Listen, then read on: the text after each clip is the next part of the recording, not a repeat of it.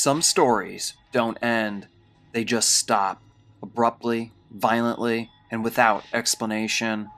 Tonight, we're stepping into the final moments of people who never saw it coming, and the bizarre, horrifying fates that sealed their stories forever. Welcome to The Cellar. This is a collection of horrible fates.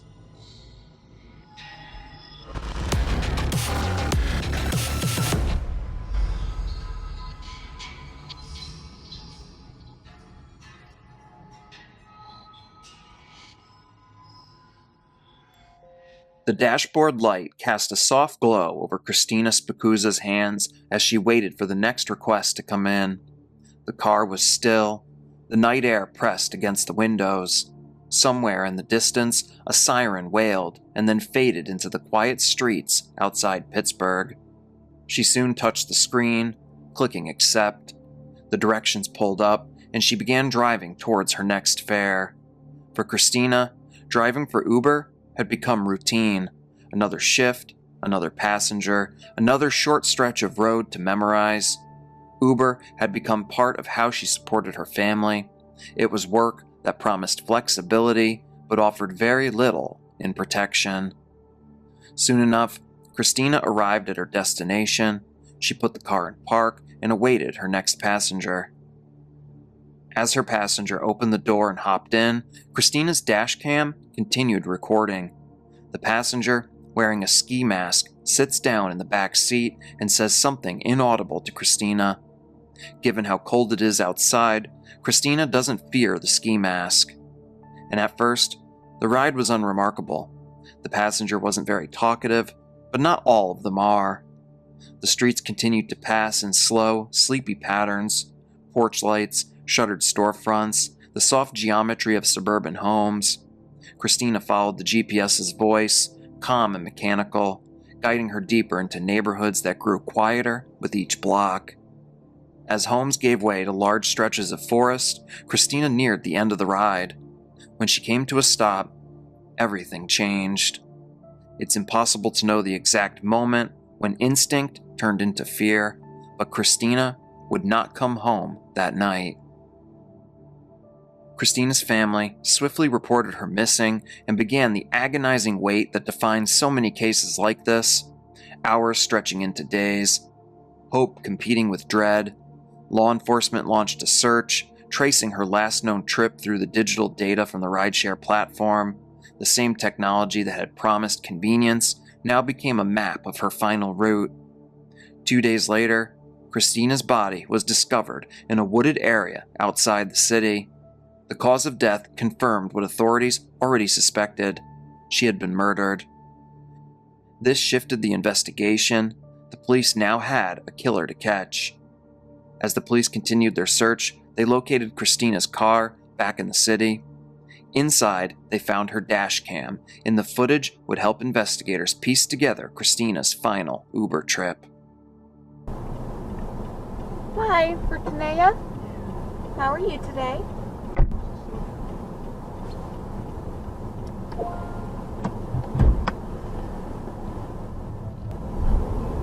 Where you ride is? Right here, up there.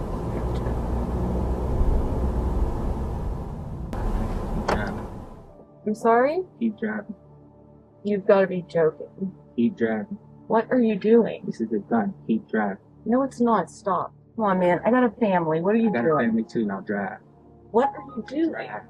Please stop. Drive the car, miss. Why are you doing this? Make this so noticeable. Just drive. Why are you doing this? Drive the car.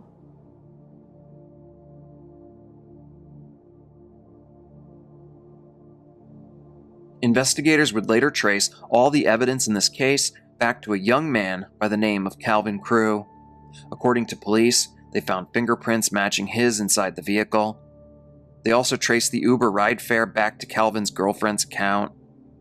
From the outside, it appeared as if the entire ordeal had been financially motivated, as numerous attempts were made to access Christina's bank accounts. Calvin would soon be arrested and brought to trial. The footage of Christina's final moments are difficult to watch. Her final desperate pleas to a man who seemingly had no intention of letting her live. In the end, Calvin would be sentenced to life in prison without the possibility of parole. A fair result, if you ask me, for a man that shattered a family. In the end, I want to send my deepest condolences to all of Christina's family and friends.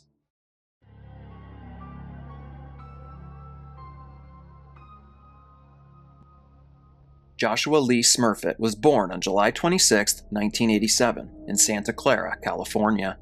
Joshua was a boy who experienced the world differently than most. Born with developmental disabilities, Joshua was nonverbal and faced physical and cognitive challenges that required constant care and patience. To his family, however, he was simply Joshua, a child who found joy in sensory experiences, the movement of the world around him, and the tight-knit bond he shared with his parents and siblings. Joshua grew up in Sunnyvale, California. With a population of around 155,000 residents, Sunnyvale is a city located in the Santa Clara Valley in northwestern Santa Clara County, California. Sunnyvale is one of the major cities that make up California's Silicon Valley. It is the birthplace of the video game industry and the former location of Atari headquarters. To this day, many technology companies are headquartered in Sunnyvale, and many more operate there, including several aerospace and defense companies. Joshua was a student at Columbia Middle School in Sunnyvale, where he attended special day classes. It's said that Joshua had the mental capability of around a 2 to 3-year-old, and his family remembered him as a boy who had no fear, no prejudices, and no hate whatsoever. Joshua was a huge fan of the TV show Cops and would often belt out the Bad Boys theme song. It's said he could spot a police officer from miles away, and he would wave enthusiastically to everyone he saw. Now, Joshua and his family lived just one freeway exit away from the Great America Amusement Park. Being that he and his family were so close, they often frequented the park, and Joshua had grown to absolutely love the place. California's Great America, a 112-acre amusement park nestled in Santa Clara, California, is owned and operated by Six Flags. Originally established in 1976, it was one of 2 Americana-themed parks meticulously crafted by the Marriott Corporation. The park boasts an impressive collection of over 40 rides and attractions, with Gold Striker standing out as one of the most renowned features. Other notable rides include Railblazer, a single-rail coaster designed by Rocky Mountain Construction, Flight Deck, an inverted coaster crafted by Bollinger and Maybellard, and the infamous Drop Zone Stunt Tower, one of the most iconic thrill rides at California's Great America. The Drop Zone is a giant drop model designed by the Swiss manufacturer Intamin. It opened in 1996, and the ride is famous for its sudden, stomach-flipping release and the panoramic views it offers before the terrifying plunge.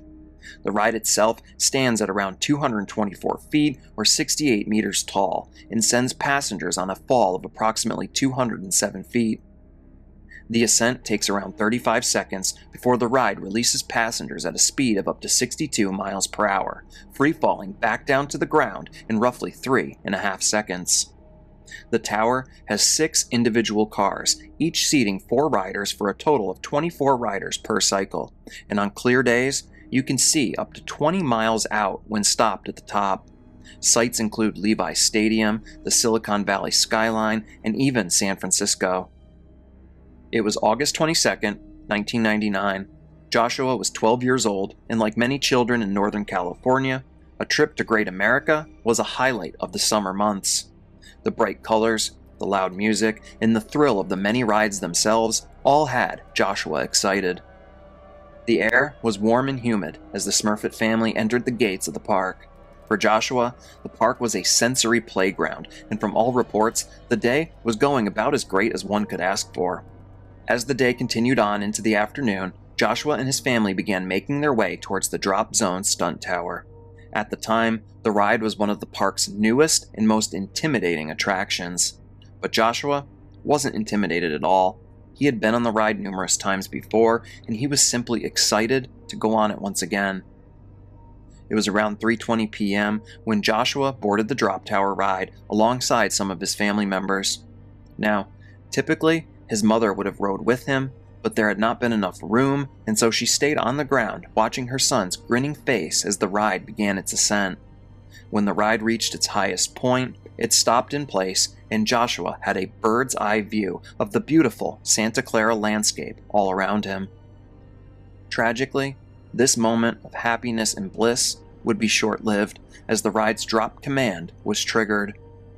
The passengers would feel the full force of gravity in an instant as the seats plummeted towards the earth below. 3.5 seconds. That's all it took. The ride plummeted, and Joshua slipped beneath the heavy foam and steel over the shoulder harness. His mother watched on in horror as she blinked and saw her son was no longer safely strapped in. The ride would reach the ground, and the magnetic brakes would engage to slow passengers. Joshua would not stop with the rest of them. Instead, he was fired straight down to the unforgiving concrete below. Joshua would hit head first as his mother attempted to run up and catch him. Joshua's life was extinguished immediately upon impact.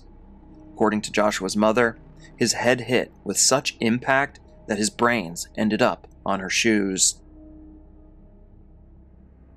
Joshua's death sent shockwaves through the amusement park industry. The investigation by the California Division of Occupational Safety and Health found that the ride's mechanical systems were functioning as designed. The tragedy was attributed to a restraint failure, specifically related to the fit of the harness on Joshua's body. The legal battle that followed highlighted a critical gap in park safety. The one-size-fits-all approach to restraints was not sufficient for children with certain physical configurations or those who might struggle to maintain a specific posture. To ensure that this type of incident never happened again, Paramount's Great America consulted with the ride's manufacturer on an additional safety device. The park would install on every seat a short restraint belt to connect the over-the-shoulder harness and the seat. This restraint will prevent a rider from sliding out of the seat. On November 6, 1999, the drop tower reopened to the public with the new safety features put into place. In the aftermath of it all, Joshua's family would sue the park. As with a lot of cases like this, the lawsuit did not go to public trial. By most reports, the legal battle ended in a private settlement with the family. While the exact dollar amount was never disclosed to the public, legal experts at the time noted that the combination of the park's failure to follow previous safety recommendations and the traumatizing nature of the accident likely led to a significant payout. For Joshua's family, the biggest win came with the industry-wide changes in safety standards. The two biggest changes following the lawsuit and the subsequent investigation were crotch straps, which became a standard requirement for all Intamin drop towers worldwide to prevent a rider from ever sliding out under a locked harness again, and California law. The tragedy helped push through the California Assembly Bill 850, which established the state's first permanent amusement park ride inspection program under Cal OSHA. Sadly, this incident would not stop other tragedies from occurring. If you know anything about the Tyree Sampson case, he too was a young man who fell to his horrifying death on a drop tower ride. I covered his story in a video, and if you'd like to watch it, I will link it at the end of this video. For Joshua's family, moving on without him was no easy feat. At the time of his death, his 18-year-old sister Alicia was 8 months pregnant. His family recalled how he would lovingly rub her stomach and say, "Uncle Josh loves you." I hope Joshua's family have found peace in the many years since his tragic passing. I can't imagine what it's like to live through what they did. And as I always like to do, I want to send my deepest condolences to all of Joshua Smurphat's family and friends.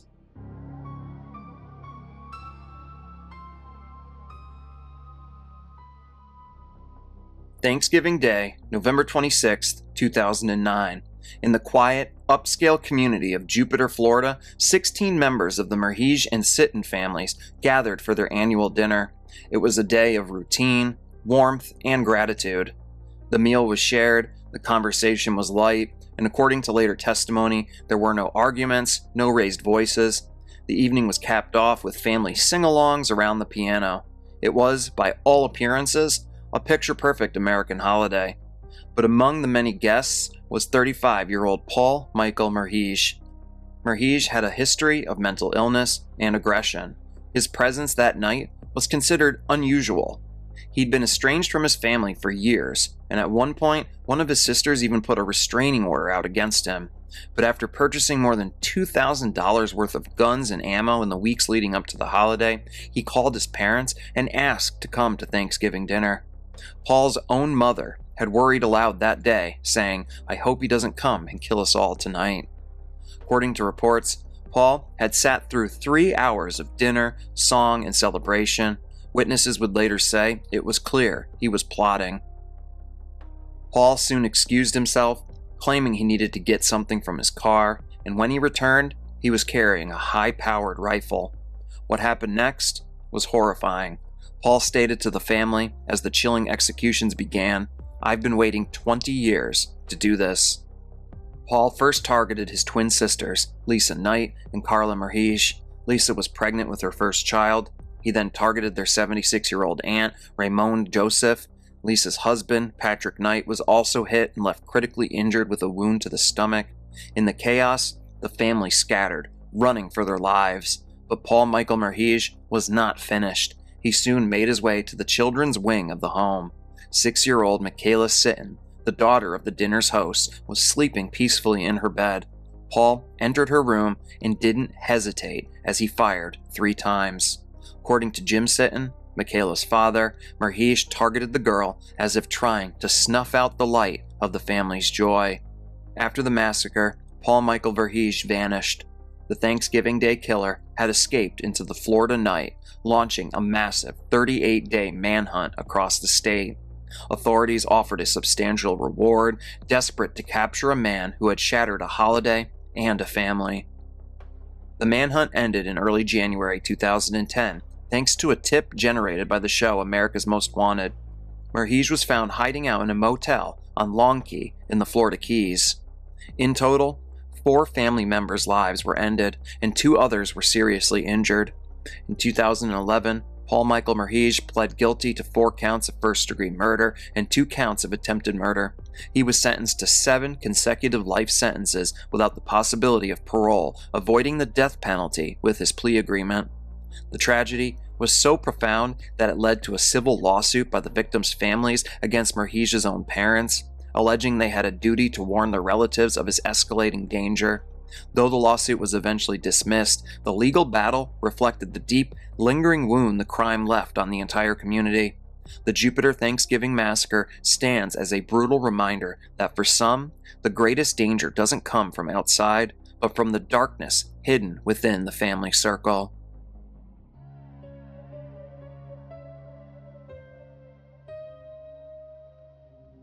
The air inside the King Special Steel Corporation plant in Tiling, China, was never truly still. It hummed with the low-frequency vibration of heavy machinery and the rhythmic clanking of iron, a symphony of industrial progress. The King Special Steel Corporation, established in 1987, had originally been a state-owned enterprise before it was eventually restructured into a private business. According to the State Administration of Work Safety, the plant had about 300 employees in 2007, although some news sources reported the figure as being closer to 650. The factory itself produced 70,000 tons of steel annually. On the morning of June 18, 2007, the rhythmic hum of machinery within the plant was all but shattered by a mechanical betrayal of horrific proportions. At 7:45 a.m., the plant was transitioning. It was shift change, a time for handovers, briefings, and the mundane chatter of men who spent their days taming fire. In a small, brick-walled meeting room just a few meters from the main production floor, 32 workers gathered. They were discussing the day's targets, likely oblivious to the tons of liquid death hovering just 30 feet above them. The ladle was a massive, ceramic-lined vessel glowing with a malevolent white-orange light. Inside, 33 tons of molten steel surged at a temperature of 1,500 degrees Celsius or 2,732 degrees Fahrenheit, held aloft by an overhead crane. To put everything into perspective, the hottest common lava on Earth, typically mafic or basaltic, erupt at temperatures between 1000 to 1250 degrees Celsius. As the crane operator began to move the ladle towards the casting machine, the world tilted. A shear pin in the hoisting mechanism, a small piece of metal responsible for holding back unimaginable force, snapped. In the clinical language of investigators, it was a mechanical malfunction. In the reality of the workshop, it was a complete and utter catastrophe. The ladle didn't just tip, it plummeted. It hit the ground with a force that shook the foundation of the factory, and as it tilted, the 1500-degree liquid poured out like a wave of steel magma. Molten steel does not behave like water. It is dense, heavy, and carries a thermal energy that radiates a killing heat long before the liquid itself touches its target. The wave crashed through the windows and door of the meeting room where 32 men were gathered. They never saw it coming. There was no time to scream, no time to run. The sheer heat of the steel likely caused the air in the room to expand so violently it blew out the remaining windows. For those inside, the end was instantaneous. The steel was so hot that it didn't just burn, it consumed. When rescuers finally managed to enter the area hours later, after the steel had cooled into a solid, blackened floor of iron, they found a scene of pure horror. The bodies of the workers were burned so badly it would take extensive DNA testing to confirm the lives lost. The investigation that followed this tragedy revealed a grim series of shortcuts that had led to the disaster. The investigation found that the direct cause of the disaster was King using a standard hoist instead of one specifically designed for dangerous smelting work. The meeting rooms were also located dangerously close to the path of the molten steel, in direct violation of safety protocols. In the end, numerous safety protocols were violated, and safety inspections were simply not in place like they should have been. Once again, in stories like this, profits were put before human life and safety. In the wake of the tragedy, several plant managers were charged with causing a major accident through negligence, but for the families in Teeling, the legal fallout was small comfort. The King disaster remains one of the most horrific industrial accidents in modern history, a stark reminder that in the world of heavy industry, safety regulations are written in blood. The men who walked into that meeting room were fathers, sons, and brothers. They were the backbone of a growing economy, extinguished in a heartbeat by a failure of metal and oversight. Today, the King disaster is taught in safety seminars worldwide, not just as a technical case study, but as a moral one. The cost of production can never be higher than the value of human life. If you enjoy what I do here on the channel, please consider leaving a like, a comment, and subscribe if you have not already. The algorithm has changed quite a bit over the past year or so, and the success of my videos really goes hand in hand with each and every one of you hitting that like button and leaving a comment down below. With that said, let's not waste any more time and dive into the next story.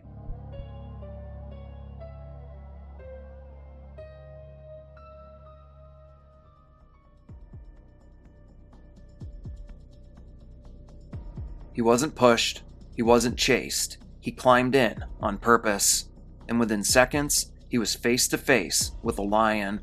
Everything that happened next was caught on camera. December 2025, a zoo in João Pessoa, Brazil. Visitors are walking through the park like any normal day, when suddenly, a 19-year-old man starts climbing over the barriers into the lion enclosure. He scales a wall over 20 feet high, clears the fencing, and drops inside onto a tree. Then, the lion notices him. A lioness begins to approach slowly, deliberately. No panic, no hesitation, just instinct. From the tree, the young man looks down and realizes too late he's not alone anymore. In seconds, the lion lunges, pulling him down from the tree. He tries to get away, but there's nowhere to go. The enclosure that kept people safe is now trapping him inside. The lion attacks again and drags him out of view behind a wall. Witnesses can only watch. No one can reach him in time, and within moments, it's all over. The young man just 19 years old, had reportedly dreamed of becoming a lion tamer. But this wasn't a controlled environment. This wasn't training. These were wild animals with instincts that never disappear. The barriers he climbed over were designed to keep this exact situation from ever happening. High walls, fencing, multiple layers of protection, but none of it matters if someone chooses to ignore safety and enter the lion's domain. What makes this so disturbing is how fast it happened. From the moment he enters to the moment it's over, just seconds. A decision that couldn't be taken back.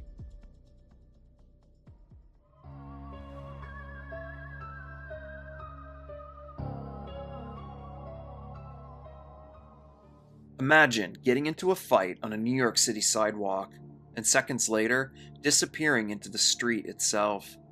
By some miracle, you survive the fall, but what awaits you is something far, far worse. It was December 14th, 2002, in Lower Manhattan, New York City. Just over a year had passed since the devastating attacks of September 11th, and the city was still in the process of rebuilding, both physically and emotionally. Among the many people trying to rebuild their lives was Kyle McGarity. Kyle had moved to New York from Holland, Ohio, just a few years earlier. At the time, he had secured a computer-related job near the World Trade Center, but after the attacks on 9/11, the job was lost, forcing Kyle to find other ways to support himself. By late 2002, he was working as a waiter, doing what he could to make ends meet while living in Lower Manhattan. Then came the night of December 14th. According to reports, Kyle had gone out for drinks with his neighbor, Keith Masters, and Masters' girlfriend. The three spent the evening together before eventually heading back towards their apartment building. Before continuing, it's important to note that accounts of what happened next vary slightly depending on the source. While most reports agree on the general sequence of events, certain details differ.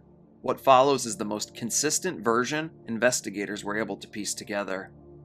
After their night out, the group began walking back through the streets of Lower Manhattan. At some point during the walk, Keith Masters and his girlfriend reportedly began arguing. It didn't take long before the disagreement grew increasingly heated. Kyle, seemingly trying to calm the situation, is believed to have stepped in an effort to de-escalate. By this time, the group had reached the area near Fulton Street and Pearl Street, but instead of diffusing the tension, Kyle's involvement appeared to make the situation worse. According to reports, Keith Masters became increasingly angry, and the confrontation quickly turned physical. Masters later claimed that the encounter was little more than friendly horseplay, but witnesses who spoke with police described something far more serious. A full-on fight had broken out. As the struggle intensified, witnesses reported that Masters at one point pinned Kyle against a wall in a bear hug. Kyle then managed to break free, and the two men began grappling on the ground, each trying to overpower the other. What happened next remains somewhat unclear, but investigators determined that near the location of the fight, there was a manhole cover that had been removed. The opening had originally been blocked off with wooden barriers and a vent stack weighing nearly 100 pounds, placed there to prevent anyone from approaching the exposed shaft. Police believe the barriers had been intentionally moved. By who? It's unclear. At approximately 4:13 a.m., as the altercation continued, Kyle McGarity suddenly fell into the open manhole. He proceeded to plunge 15 to 20 feet below the street into the damp, dark depths below. Now, a fall from that height could easily have been fatal, but incredibly, Kyle survived the fall itself. Tragically, though, the danger waiting below was far worse than the fall. See, the open manhole led directly to an access point for a steam main buried beneath the street. The cover had been removed because workers from Consolidated Edison had been investigating a small leak in the system days earlier. The shaft had been left open to vent steam while the problem was being located. When Kyle fell into the chamber below, he landed in scalding hot water and steam escaping from the damaged line. Witnesses nearby later reported hearing his screams echoing from beneath the street. But rescuing him was not simple. The steam system had to be brought under control before anyone could safely enter the chamber. It took several hours for emergency crews and utility workers to shut down the flow of steam and water. Only then could responders descend into the manhole to recover Kyle McGarity. And by this point, it was too late. Kyle's screams for help had long since come to a stop. An autopsy later revealed that Kyle had suffered no fatal injuries from the fall itself. Instead, he died from severe burns covering roughly 60% of his body, caused by the boiling water and steam inside that underground chamber. In the aftermath of the tragedy, Keith Masters was charged with murder. However, prosecutors later determined that there was not enough evidence to bring the case to trial, and the charges were ultimately dropped. Kyle McGarity's death remains one of the most disturbing and tragic accidents.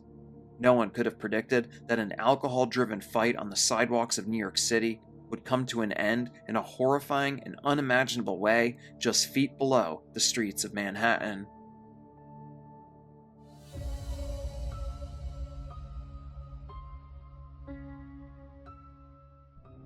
The air in the Fraser Valley on September 5, 2008 was thick, not just with the late summer heat of a British Columbia afternoon, but with the heavy, earthy scent of industry. At the A1 Mushroom Substrate Farm in Langley, work followed the rhythmic, messy cycle of life and decay. Mushroom farming is a feat of biological engineering. To grow the perfect crop, you need the perfect bed, a potent mix of straw, poultry manure, and gypsum. But as this mixture breaks down, it creates a volatile byproduct. And that morning, no one knew they were walking into a death trap. Deep within the farm's plumbing, a pump had failed. In the dark, wet confines of a shed housing a recycled water sump, the organic matter had been stagnating. The beginning of the end started with a simple task. A worker entered the pump shed to address the clog. His initial efforts did not work, and I will play a brief clip of exactly what happened next so you have a clear understanding of what exactly went wrong. The supervisor was at the shed entrance, directing two workers who were standing in the water and sludge. One worker opened and closed the valve, but was not able to free the blockage. In an effort to access the blockage, the workers removed 8 corroded bolts from the valve flanges and loosely installed 4 new bolts. Worker 1 pried the top flange from the valve with a screwdriver, then used another screwdriver to pull out material, including straw that was stuck in the valve. As the worker pulled material out of the valve, he told the supervisor that he smelled something strange. As the worker took a breath, his lungs filled with the toxic vapor, and he collapsed almost instantly. This phenomenon is known in industrial safety as knockdown. When the blocked pipe was disconnected, a concentrated pocket of hydrogen sulfide, H2S, was released. To the uninitiated, H2S is known for the smell of rotten eggs. But at high concentrations, the gas does something far more sinister. It paralyzes the olfactory nerves, meaning you don't smell the danger anymore because your body has lost the ability to detect it. It then becomes an invisible, odorless executioner. What followed inside the confines of the shed was a heartbreaking display of human instinct overriding necessary caution. Seeing their friend down, face first in the water, others quickly rushed in. There was no fire, no blood, no visible monster. One by one, 5 men entered the shed, driven by the desperate hero impulse to save their friends. They didn't have respirators. They didn't have gas monitors. They only had the human urge to help their fellow man. By the time emergency crews arrived, the shed had become a tomb. The gas had filled the small space inside the shed, still invisible, still lethal. Emergency crews quickly recognized something was not right inside the shed and swiftly backed away from the area. They also prevented anyone else from entering, most likely saving lives in the process. Soon, the fire department arrived, and wearing respirators, they were able to enter the shed and pull the 5 workers out one by one. 3 of the 5 workers were pronounced dead at the scene. The other 2 survived, but were left with permanent severe disabilities for the rest of their lives. The investigation that followed revealed a systemic failure. It wasn't just a freak accident, it was a failure of confined space protocols. There were no warning signs, no ventilation systems, and no training on the lethal potential of the very compost these men worked with daily. In 2011, the owners and their companies faced 29 charges under the Workers' Compensation Act and Occupational Health and Safety regulations.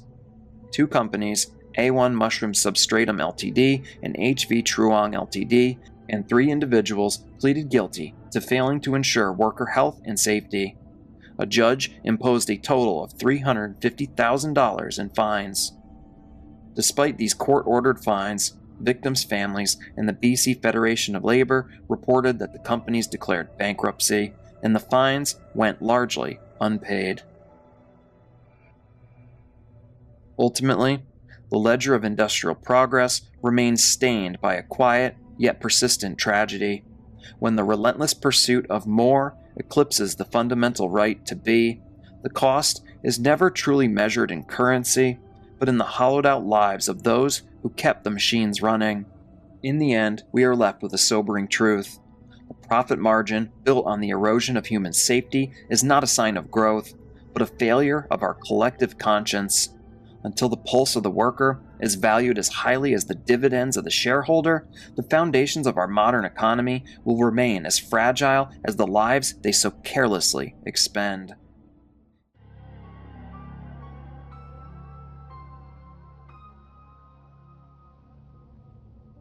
Budva, located on Montenegro's Adriatic coast, is a premier tourist destination known for its 2,500-year-old Venetian-walled old town, vibrant nightlife, and the sandy beaches of the Budva Riviera. As the Montenegrin Miami, it offers a mix of medieval history, Mediterranean climate, and modern, high-energy beach culture. On May 28, 2025, 22-year-old Serbian model and social media influencer Tijana Rodonjic was on vacation in Montenegro. While at the beach, she was approached and asked to appear in a promotional video for summer tourism. The plan was for her to be filmed in a bikini while parasailing along the Budva Riviera, showcasing the experience to attract tourists. She reportedly accepted the offer for a free parasailing flight in exchange for participating in the shoot. However, it was later revealed that she had no prior parasailing experience. Tijana boarded the boat with enthusiasm and excitement. Before long, she was being strapped in and the cameras began rolling. From all reports, Tijana was calm and composed. Soon, she was up in the air, and all appeared normal until it suddenly wasn't. Not long after going airborne, an eyewitness heard Tijana start yelling, "Get me down! Get me down!" The camera continues to film the entire ordeal as Tijana begins struggling with her restraints. In the video, you can see Tijana frantically trying to free herself. No one knows for sure what exactly caused such a drastic change in her demeanor, but many believe she suffered from some sort of a panic attack. Soon, Tijana frees herself from her restraints, and it's all caught on camera.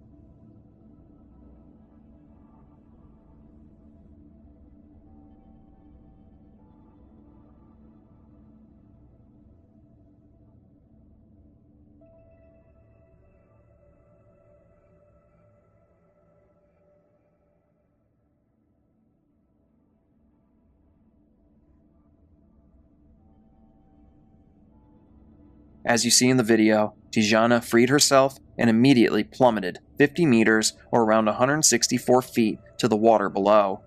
Now, not everyone realizes this, but water is not forgiving. We all jump into the pool, maybe off a diving board at some point in our lives. To the average person, water could be viewed as being a reliable safety net, but that's simply not the case. See, jumping into water from significant heights is dangerous because water is incompressible and cannot move out of the way fast enough, making impact at high speeds feel like hitting concrete. This, coupled with high density and surface tension, causes severe deceleration, resulting in broken bones, concussions, internal organ rupture, or even death. When Tijana hit the water, she didn't have a chance.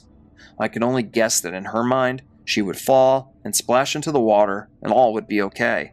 But the water may as well have been a concrete slab. Following the incident, emergency services were called and the response was quick, but by the time Tijana was recovered, it was too late. In closing, I want to take a brief moment to send my deepest condolences to all the friends and family members of those involved in today's stories.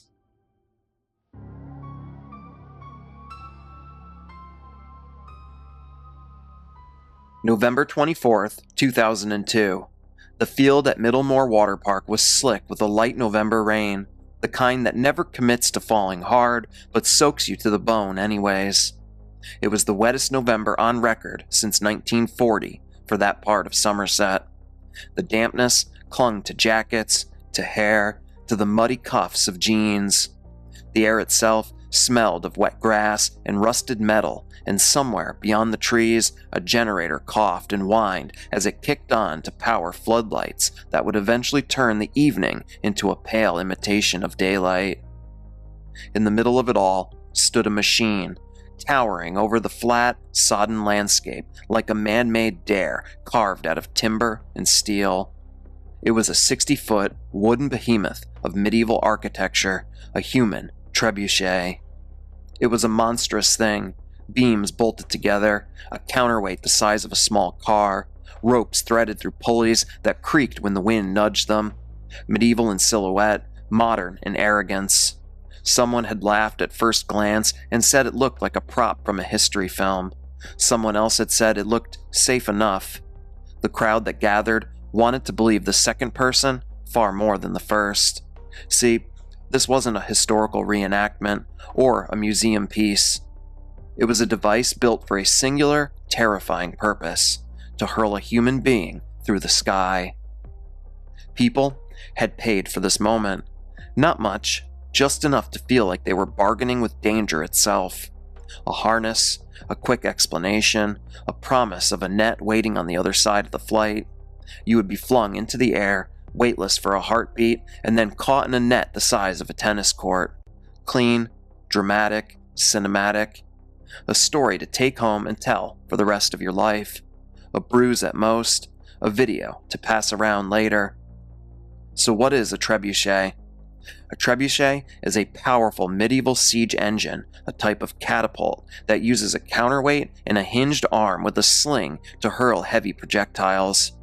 The device itself was primarily used between the 12th and 15th centuries, and it was designed to smash castle walls and fortifications before the advent of gunpowder.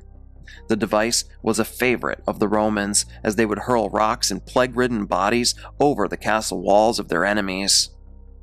Now, most of the approximately 30 onlookers who gathered on that day belonged to the Oxford Stunt Factory, a private extreme sports club. The club's head, David Ding Boston, had organized a caravan for their arrival. While the majority of the spectators were there to watch, a select handful, including an enthusiastic 19-year-old freshman biochemistry student from Bulgaria named Kostadin Dino Ilyevyenkov, were determined to take part in the event. 19-year-old Kostadin Yankov, better known as Dino, was a Wadham College biochemistry undergraduate. Dino was extremely enthusiastic about taking his chances on the medieval device, and as he and others waited eagerly, things soon began. The first jumper, Paul Capsey, explained that there was a safety procedure in place. Each jumper was weighed while wearing safety equipment, and a corresponding test weight was fired to check for any problems. Paul's test weight was deemed a success, and it was now his turn to kick things off. 3, 2, 1. The machine let out a snapping sound as Paul's body was hurled into the air. It only took a few seconds before Paul's body landed inside the safety net. All had gone exactly as it was supposed to. It would take roughly 30 minutes before the next person was ready to go. One after another, bodies flew through the sky and landed inside the large safety net. After a few hours of this, it was now Dino's turn to go. Safety gear was strapped on. The test weight was a success. Dino was loaded into the machine. The operators checked the knots, once, maybe twice. The crowd of people leaned in, and phones came out. "Ready?" someone called, and he nodded. 3, 2, 1. The release came, not with a dramatic snap, but with a sound like something heavy exhaling. For a split second, it was beautiful. He lifted from the cradle in a clean arc, the light rain trailing from his shoes like sparks. The crowd gasped, that unified intake of breath people make when they witness something risky but elegant. And for that single moment, the world held him aloft. Then, it happened. He missed the net. It was subtle, the way disaster always is at first. Not a sudden, obvious failure, but a quiet betrayal of angles and force. The net was where it had always been, stretched and waiting. The impact was a sound that didn't belong in a place of cheering. The thud itself sounded final. It cut through the rain and generator noise and landed in the middle of every chest there. The laughter evaporated instantly. Phones lowered. No one knew what to do with their hands. For a moment, no one moved a muscle. People forgot to breathe. It wasn't denial, so much as the human tendency to wait for the world to correct itself, for the man to get up, to wave, to turn the catastrophe back into a story that could be laughed about later. But in this instance, the world did not correct itself. People ran. Boots slipped in the mud. Someone fell to their knees beside him. The emergency services arrived to a scene that was already quiet. Gerard Pickard, a West Country ambulance paramedic, later spoke about what he had witnessed. Dino's injuries were beyond horrific. He had landed on his buttocks and hit the ground with tremendous force. The injuries to his higher legs and lower spine were visceral. Dino knew in that moment just how seriously injured he was. Outside the guttural moans of pain, all he could say to the paramedic was, "I'm going to die. I'm going to die." A helicopter soon arrived on scene and rushed Yankov to a hospital in Bristol. Doctors did all they could for the young man, but Dino had been thrown several stories high and over 100 feet towards the net.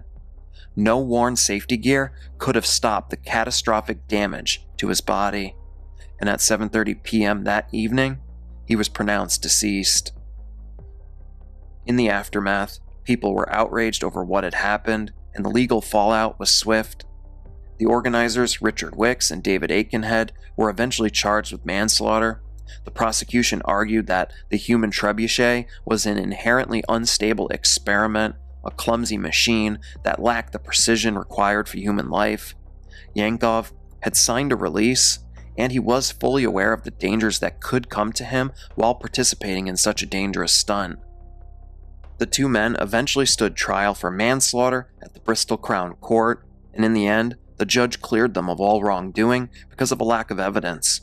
See, nothing had gone wrong with the device, and no one was to blame for making a mistake. This was just an inherent tragedy in every way. The tragedy of Kostadin Yankov didn't come from malice. It came from optimism without safeguards, from the belief that spectacle is worth the risk, and that engineering ambition can substitute for responsibility. What happened at Middlemore Water Park forces an uncomfortable question. How often do we mistake calculated risk for acceptable risk? Because the line between innovation and recklessness is thin, and when it's crossed, the cost is never abstract. It's personal. It's final. So the next time we're drawn to the thrill of something extreme, it's worth asking, not just, is this possible, but who bears the consequences if it goes wrong? That question lingers long after the spectacle of it all fades. In the end, I want to send my deepest condolences to all the family and friends of Kostadin Dino Ilyev Yankov.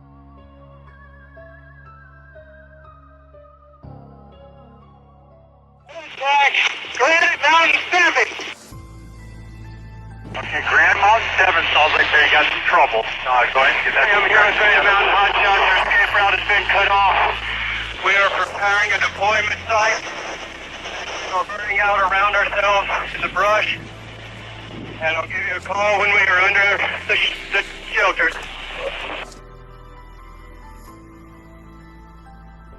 They were men who carried out their duties with honor, worthy of the name Granite Mountain Hotshots.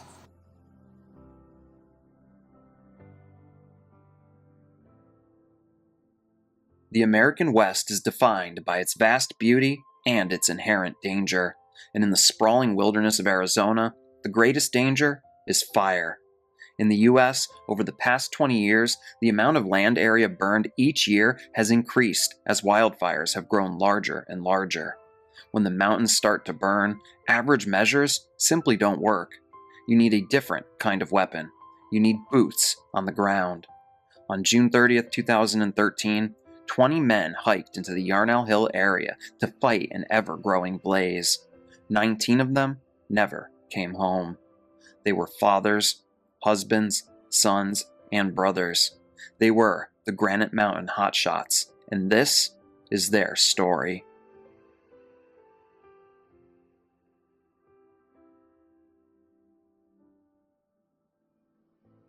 To understand the tragedy of Yarnell Hill, you first have to understand what a hotshot is. In the world of wildfire, they are the special forces. Hotshots, elite and highly trained members of an interagency hotshot crew, are deployed to the most hazardous and complex fires. These crews undertake challenging tasks such as building fire lines, controlling hotspots, and employing advanced tactics in extreme conditions. Hotshots are distinguished by their exceptional physical fitness, extensive knowledge of fire behavior, and readiness for rapid deployment. They often work long shifts in remote areas to suppress major wildfires. Hotshot crews are considered the most highly trained, skilled, and experienced wildland firefighters alongside smoke jumpers. Their primary weapon isn't water, it's muscle. They fight fire with dirt. They hike miles carrying 50 pounds of gear, then spend 16 hours a day swinging heavy tools to dig a line down to mineral soil, robbing the fire of fuel. They sleep on the ground and at times eat nothing but MREs for 2 weeks straight. Now, becoming a hotshot is no easy feat. They are highly selective about who they take on, and you must be in peak physical condition. For many, your hotshot crew becomes your second family. These crews develop strong bonds, relying on each other while performing in high-stress and dangerous situations. In the western United States, wildfires are experiencing a significant increase in severity. This increase is attributed to several factors, primarily human-induced climate change. The changing climate has led to longer fire seasons, larger burned areas, increased fire intensity, and earlier fire starts. Since the mid-1980s, the area burned annually has increased substantially, and recent research has directly linked this trend to rising temperatures and increased atmospheric dryness. Eric Shane Marsh was born and raised in the mountains of North Carolina. He graduated with honors from Ash Central High, where he was a running back on the football team. He then went on to graduate from Appalachian State with a degree as a biologist and worked and excelled at several jobs. But the one he really loved was wildland firefighting. He worked for several years with the Globe Hotshots out of Tonto National Forest. Eric had a strong passion for the outdoors. He was a fisherman, a motorcyclist, and an avid mountain biker who competed in numerous endurance mountain bike races throughout his life. In 2003, Eric Marsh joined the Prescott Fire Department Woodland Division. At the time, Prescott had a fuels mitigation team that had formed in 2001. Eric Marsh would make it his mission to take that crew and turn them into a Hotshots unit. In 2004, the group became what is known as a Type 2 Initial Attack Hand Crew. A Type 2 IA is a highly capable 18 to 20 person team of wildland firefighters, skilled in constructing fire lines, burning out areas, and mop-up, with the unique ability to split into smaller squads for simultaneous initial attack on multiple fires or tasks. From 2004 to 2007, Eric Marsh trained and pushed his crew, hoping to one day be given a chance at being certified as a hotshot crew. In 2007, that dream would be realized as they were granted IHC trainee status. In 2008, they achieved full certification as a Type 1 interagency hotshot crew. This was a pretty big deal, as the Granite Mountain Hotshots would become the very first municipal wildland firefighting crew to achieve elite hotshot status in the United States. Now, typically, hotshot crews operated under federal and state agencies. The Granite Mountain Hotshots were the first to operate under a city fire department. The citizens of Prescott, Arizona were very proud of their hotshot crew. And for context, Prescott is a historical mountain town with a population of around 45,000 residents located roughly 100 miles north of Phoenix, Arizona. It is celebrated for its Victorian architecture, Old West history, and clear four-season climate. From 2008 to 2013, Prescott's Granite Mountain Hotshots were sent virtually everywhere to assist in fighting wildfires. During this time, they became well known as one of the hardest working teams out there, and to some, they were the best. Their rigorous training and strong camaraderie made them the gold standard. They built their reputation from the ground up, becoming known for their grit and determination, not privilege. Which now brings us to June 28, 2013. A dry lightning strike ignites the chaparral near Yarnell. For 2 days, it's relatively quiet, but the area is suffering from extreme drought and the temperatures are soaring above triple digits. For context, Yarnell, Arizona is a small town of only 649 residents located 35 miles southwest of Prescott. The initial strategy for the Yarnell Hill fire was full suppression, with air tankers dropping retardant to halt the spread. Initially, the fire seemed under control, but over the course of the next few days, it increased in intensity. On June 29th, the tankers did their job as the fire was contained to around 2 acres. Overnight, the fire grew to around 200 acres, and on June 30th, 2013, the Granite Mountain Hotshots were called in. Their job was to establish an anchor point and fire line on the south side of the fire. To better understand, an anchor point is a safe, strong location, like a road or stream, used as a starting base to build a fire line, which is a cleared strip of land that stops or slows the fire's spread, preventing firefighters from being surrounded. Fire lines are built by scraping away fuel down to mineral soil with tools or machinery, creating a barrier to control the blaze. The Granite Mountain Hotshots would begin work on the south end of the fire, not far from where the fire had initially started. At the time, the winds and fire were moving away from the crew. As they worked, one member of the crew was placed at a vantage point to monitor the situation while the Granite Mountain crew continued to work. At the anchor point, the fire was active, but the Granite Mountain crew continued to work, moving with the fire and keeping things on their end under control. Throughout the day, the fire grows to 300 acres and is still actively moving away from the Granite Mountain Hotshot team. At around 3:50 p.m. that afternoon, the wind shifts and starts forcing the fire back towards the south. The Granite Mountain lookout, Brendan McDonough, reports to his team that the fire is closing in on his location. He radios that he is leaving his vantage point and moving back and away from the blaze. Brendan would begin hiking out on foot. As he did, he was located by Brian Frisbee, the superintendent of the Blue Ridge Hotshots. Brian and Brendan would work together to move the crew's vehicles to a safer location.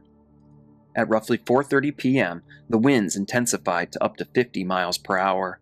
The fire, which had been moving away from Yarnell all day, had turned back on itself. It became a firestorm, moving incredibly fast through the dry, unburned fuel that was the land outside Yarnell. During this time, many assumed the Granite Mountain Hotshots had remained safe within what's known as the Black.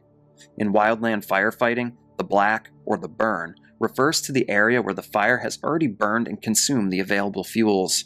Firefighters are often advised to keep one foot in the Black or attack from the Black, because generally, the fire will not burn the same area again since the fuel has been removed. This makes it a relatively safer location to work from or an escape route if conditions change. Now, it's unknown what Eric Marsh was thinking at the time, but as Brendan McDonough moved out of the area, there was a 30-minute period where the Granite Mountain Hotshots began moving out of the Black and towards their safe fallback area, which was a nearby ranch. No one knows the exact route they took, but it's believed that they moved along the ridgeline, watching the fire as they closed in on the ranch location. The ranch didn't appear far away, so the team left the ridgeline and dropped down into the valley below. The problem with this decision is that once they dropped down, they no longer could see or monitor the fire. They were effectively blind. Now, there's a lot of controversy about why Eric Marsh made this decision and about why it wasn't clearly radioed in. There are numerous theories, the first being that Marsh's goal was to move the crew down the canyon to the town of Yarnell to assist with structure protection efforts. He may have calculated it as a risky decision, but a necessary one in order to save lives and property. Another belief is that the crew was tired, hungry, and low on water after long shifts, and the decision to move was an attempt to get off the mountain quickly to a ranch safety zone where they could rest and re-engage the fire the very next day. But the biggest controversy would come to light 7 months after the dust had settled. It was reported that Brendan McDonough had confided in Darrell Willis, the former chief of wildland fires for the city of Prescott. In the conversation, he revealed that Eric Marsh had ordered his second-in-command, Jesse Steed, to move the crew down to the ranch. At the time, Eric Marsh was scouting ahead and had already made it to the ranch location. He then ordered Jesse to move the crew from the black, and Jesse had argued the dangers in this decision. Some say the radio communication was heated before Marsh gave him a direct order. Now, I want to be clear, there is no recording of this conversation, and as of now, no one knows for sure why this decision was made. In the end, the crew made their move and dropped into the canyon. As they made their way towards the ranch, the firestorm continued tearing across the land, with winds around 50 miles per hour fueling its intensity. The crew would not reach the ranch, as the wall of fire began making its way in their direction. At this point, the fire was moving so fast, there was nothing for the Granite Mountain hotshots to do. They couldn't turn around, and they couldn't make it to the ranch. Breaking in on Amusement 16! Granite Mountain hotshots, we have fire to set in front!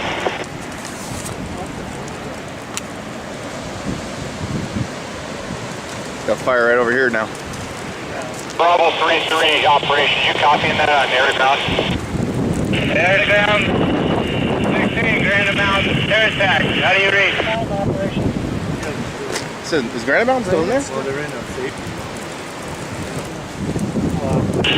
Air attack, Granite Mountain 7, how do you copy me? Is that Eric? Or Granite Mountain? I hear saws running, that's not good. Is that when they're in safety? Operations, Bravo 3-3, is copying that traffic on air to ground.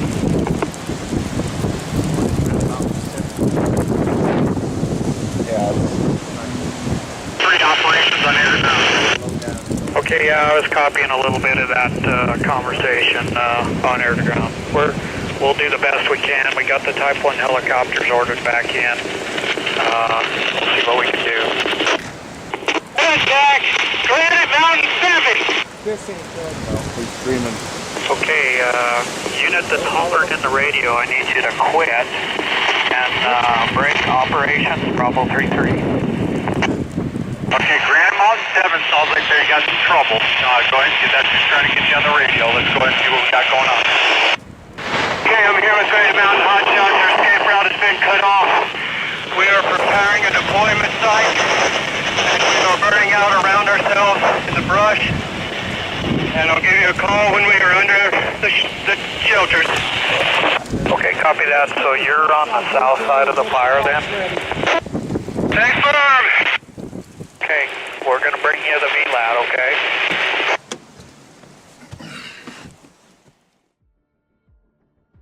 Following this final radio call, Eric Marsh would tell his team to deploy their emergency fire shelters. A fire shelter is a last resort survival tool made of aluminum foil and fiberglass. It is designed to reflect radiant heat, but it cannot withstand direct flame contact for long. The 19 men climbed inside, pressed their faces to the dirt, and waited as the inferno overtook them.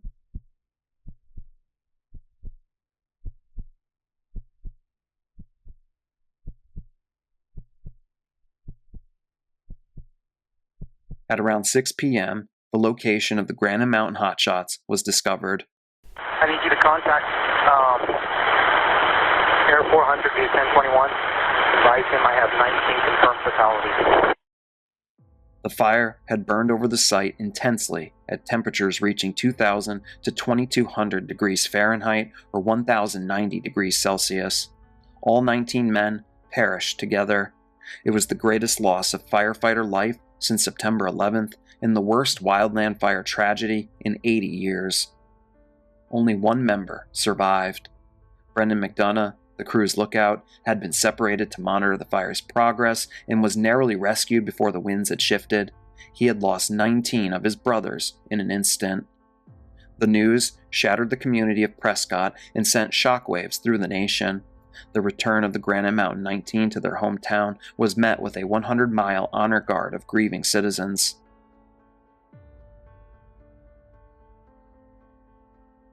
In the wake of the tragedy, extensive investigations were launched. They studied the weather, the decisions, and the equipment. The lessons learned at Yarnell changed protocols on how crews engage fires during erratic weather conditions. Many, to this day, debate over what went wrong. I understand wanting to point fingers, but this video isn't going to do that. In my eyes, 19 heroes lost their lives on that fateful day in 2013. From what's reported, the Granite Mountain hotshots were an extremely close group. It's clear that a mistake was made and it cost lives, but hindsight, it's always 20/20. I don't think Eric Marsh would have ever made a decision if he thought it was going to cost them all their lives. But I also don't know the man, so in the end, I think the most important thing that we can do is remember these men as the brave heroes they are. So many husbands, sons, brothers, fathers were lost, and in one of the most horrifying ways possible. It is easy to define these men by how they died, but those who knew them ask that we remember how they lived. They lived with purpose, they lived for each other, and they stood between the fire and the things we hold dear. We remember the Granite Mountain hotshots. I'd like to take a brief moment to send my deepest condolences to all the families affected by the tragic Yarnell Hill fire. Asked a million times, why am I sitting here? And why isn't someone else? Why aren't they sitting here with me? All men are created equal, but then a few became firefighters. Thank God for you all. Did you enjoy today's video? Which terrifying story was your favorite? Please let me know in the comment section down below. Also, if you have any story recommendations, please send one to me via email at TheCellarTrueCrime@gmail.com. With that said, if you enjoyed today's video, why not stick around and check out another? A list of videos will soon pop up on the screen, and I'd love if you continued watching. With all that out of the way, I hope to see each and every one of you next time when we venture back into the cellar.